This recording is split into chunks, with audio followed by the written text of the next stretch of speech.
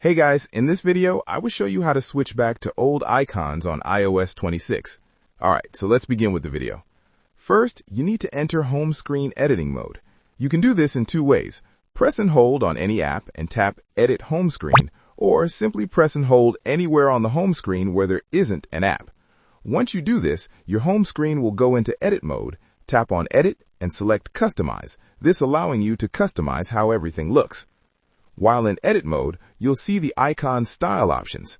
The new liquid glass theme includes clear or tinted icons, but from here you can switch back to the default icon style. Selecting the default option instantly restores the classic app icons instead of the glass style ones. After switching back to the default icons, you still have a few appearance options.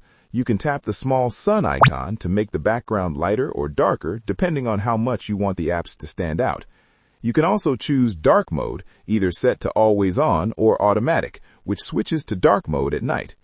If you want your iPhone to look even more like it did before iOS 26, go into Settings, then open Accessibility, and turn on Reduce Transparency.